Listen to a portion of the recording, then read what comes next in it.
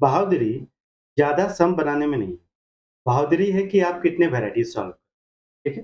For example cos A is equal to 5/13 दिया हुआ है। तो जब हम कॉस ए का वैल्यू 5/13 है, तो ये तो अच्छी तरह जान रहे हैं कि cos is equal to b/h यानी कि यहाँ पे मेरे पास b का वैल्यू जो है दिया हुआ है 5, h का वैल्यू दिया हुआ है 13 और p का वैल्यू मिसिंग है। तो p इज़ इक्वल टू क्या होगा? तो P इज इक्वल टू हम लोग निकाल लेते हैं perpendicular square is equal to H square minus B square using Pythagoras theorem यानी this is equal to your 13 square minus 5 square is equal to how much is equal to 144 यानी कि P equal to 144 का square root is equal to 12।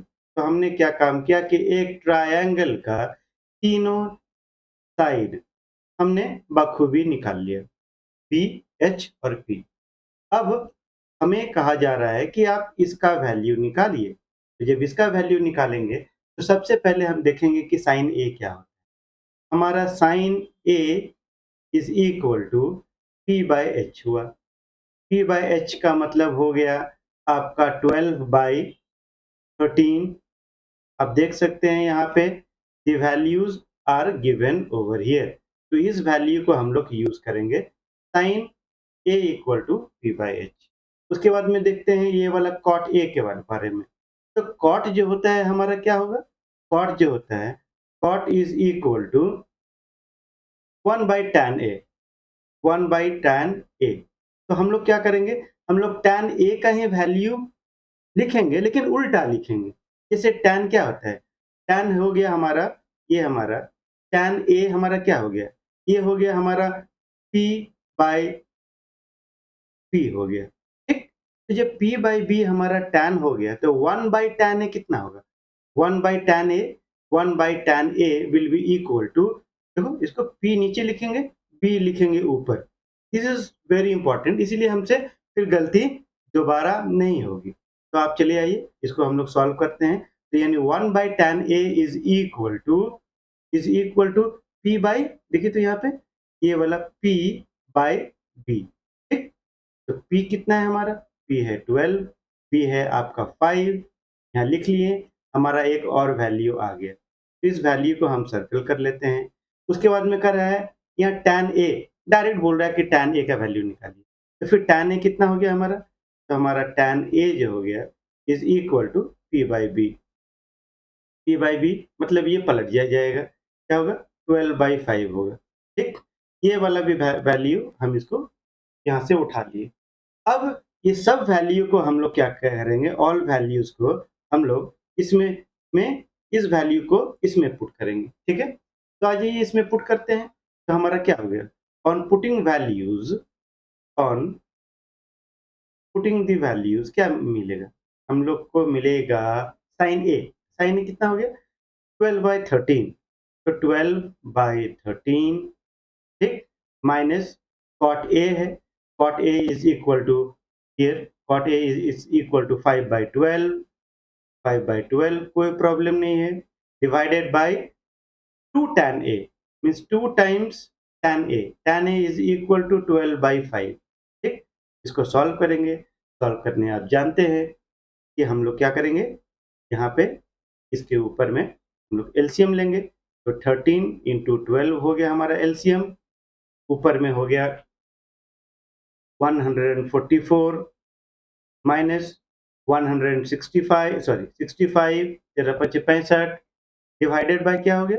Divided by sorry here divided by 12 to ज़ार 24/5। तो थोड़ा सा solve करेंगे और is equal to कितना होगा? 144 माइनस 65। 144 माइनस 65 कितना हो गया? 14 से 5 गया, ये हो गया आपका 9 और 13 से 6 गया आपका 7। 79/13 इंटू 12 मल्टीप्लाइड बाय क्या 24/5 है डिवाइडेड बाय तो 5/24 यानी कि 79 इंटू 5। आप जो देख रहे हैं यहाँ पे 79 इंटू 5 और ये वाला नीचे में डिनोमिनेटर में इतना आ गया। On multiplication, on multiplication, what you will get the value? The value will be equal to 395 by 3744 is your value. Done? I hope you have understood this. Great.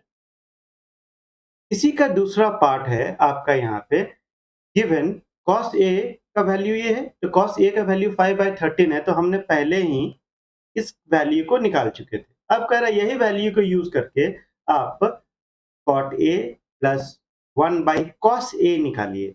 तो एक काम करते हैं, पहले cot A निकालते हैं हम लोग। तो जैसे हमने कहा था कि cot A is equal to 1/tan A, तो हम लोग करेंगे क्या, हम लोग tan A का वैल्यू को उल्टा लिखेंगे। तो tan A is equal to P/B, ठीक है। मतलब आपका वैल्यू हो गया 5/12 और 1/cos A कितना होगा? तो cos A का वैल्यू कितना होगा? cos A value is equal to B/H। तो 1/cos A will be equal to क्या? तो 1/cos A will be equal to B नीचे, आपका B नीचे H ऊपर is equal to how much? B देखिए 5 और H हो गया आपका 13। अब इसको सॉल्व कर देना है। तो 5/12 आ जाइए, 5/12 और प्लस 13/5 इसको सॉल्व करेंगे हम लोग।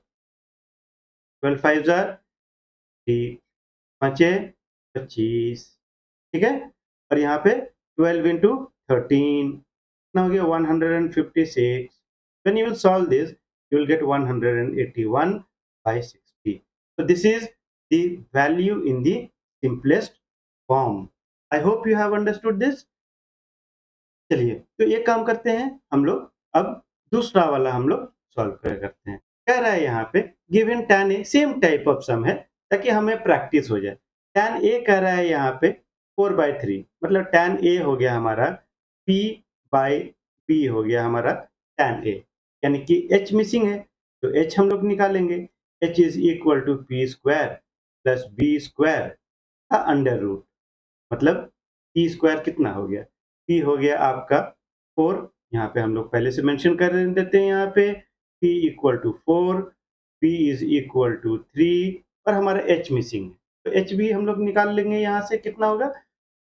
16 प्लस 9 का square root is equal to 5 निकलेगा हमारा, मतलब H का वैल्यू हमारा निकल गया 5। तो जब H का वैल्यू 5 निकल गया तो हमारे पास तीनों साइड निकल गया। जब तीनों साइड निकल गया तो अब हम आते हैं कॉसेक पे आते हैं। तो कॉसेक ए क्या होगा? आ जाइए। तो cosec A is equal to 1 by sine A, ठीक।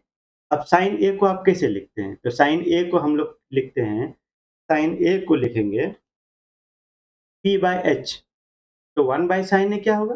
तो 1 by sine A will be equal to P by H, उल्टा कर लिखेंगे, ठीक है। यानी कि वैल्यूज जरा से देख लेते हैं। एच का वैल्यू कितना है? एच का वैल्यू हमारा 5 है, अभी निकाले हैं। एच का वैल्यू हमारा 5 है और पी का वैल्यू 4 है, तो एक हमारा वैल्यू ये निकल गया कॉसेक ए का। फिर देखते हैं कॉट ए का। तो cosec A is equal to 5/4 यहाँ पे लिखेंगे हम, और ये बाकी को हम इसको यहाँ से हटा देते हैं यहाँ पे, ठीक है। देखिए साफ सुथरा काम हो तो साफ सुथरा हो, ठीक। फिर आते हैं कॉट ए में आते हैं, आ जाइए। तो कॉट ए क्या हो गया? कॉट ए हो गया आपका 1/tan ए, मतलब उल्टा लिखेंगे। क्या लिखेंगे यहाँ पे? P बाय B ऐसे लिखेंगे, नहीं 1/tan ए। तो P कितना हो गया? P is equal to 4, B is equal to 3। फिर आ जाते हैं सेक, आ जाते हैं sec A is equal to 1/cos A, इसको उल्टा लिखेंगे cos A को, मतलब B/H लिखेंगे। B/H मतलब H कितना हो गया? H is equal to 5 while your B is 3, ठीक है। वैल्यूज देखने में भी कोई गड़बड़ी नहीं होनी चाहिए, नहीं तो फिर प्रॉब्लम हो जाता है, ठीक है। आ जाइए, अब क्या करना है? अब वैल्यूज पुट करना है। तो हम लोग करेंगे। तो वैल्यूज पुट करने के लिए यहाँ पे चले आते हैं। स्पेस थोड़ा सा अगर कम है कोई बात नहीं है। cosec a is how much?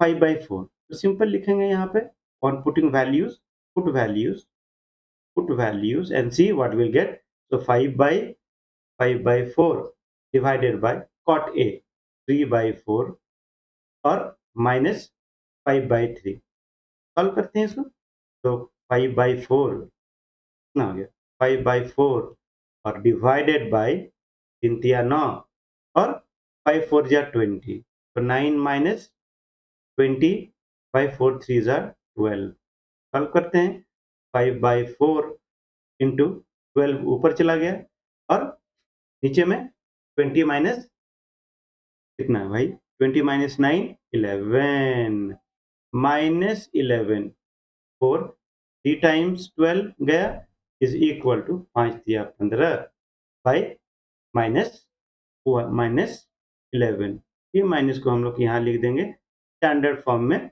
Show करने के लिए ठीक है I hope you have understood अब क्या कर रहा है कि यहाँ पे कर रहा है यहाँ पे 4 cot a is equal to 3 पहले दिया करता था हम लोग को इस तरह cot a is equal to 3/4 इस बार क्या काम किया है वो क्रॉस मल्टीप्लाई कर दिया है तो हमारा क्या हो गया 4 into cot 4 cot is equal to 3 ये वाला वैल्यू दिया है तो खैर चालाकी तो होना चाहिए अगर वो चालाक है तो हम भी कम चालाक नहीं ठीक है तो now let's start and let's see how we can get this तो मुझे आई एम श्योर इसको बनाने की कोई जरूरत नहीं है आप सिंपल कर सकते हैं cot a is equal to 3/4 ठीक और आप cot जान रहे हैं cot is equal to cot क्या होता है cot a is equal to 1/tan और आप tan बखूबी जान रहे हैं tan is equal to p/b हम लोग लिखेंगे यहाँ पे p और यहाँ पे लिखेंगे b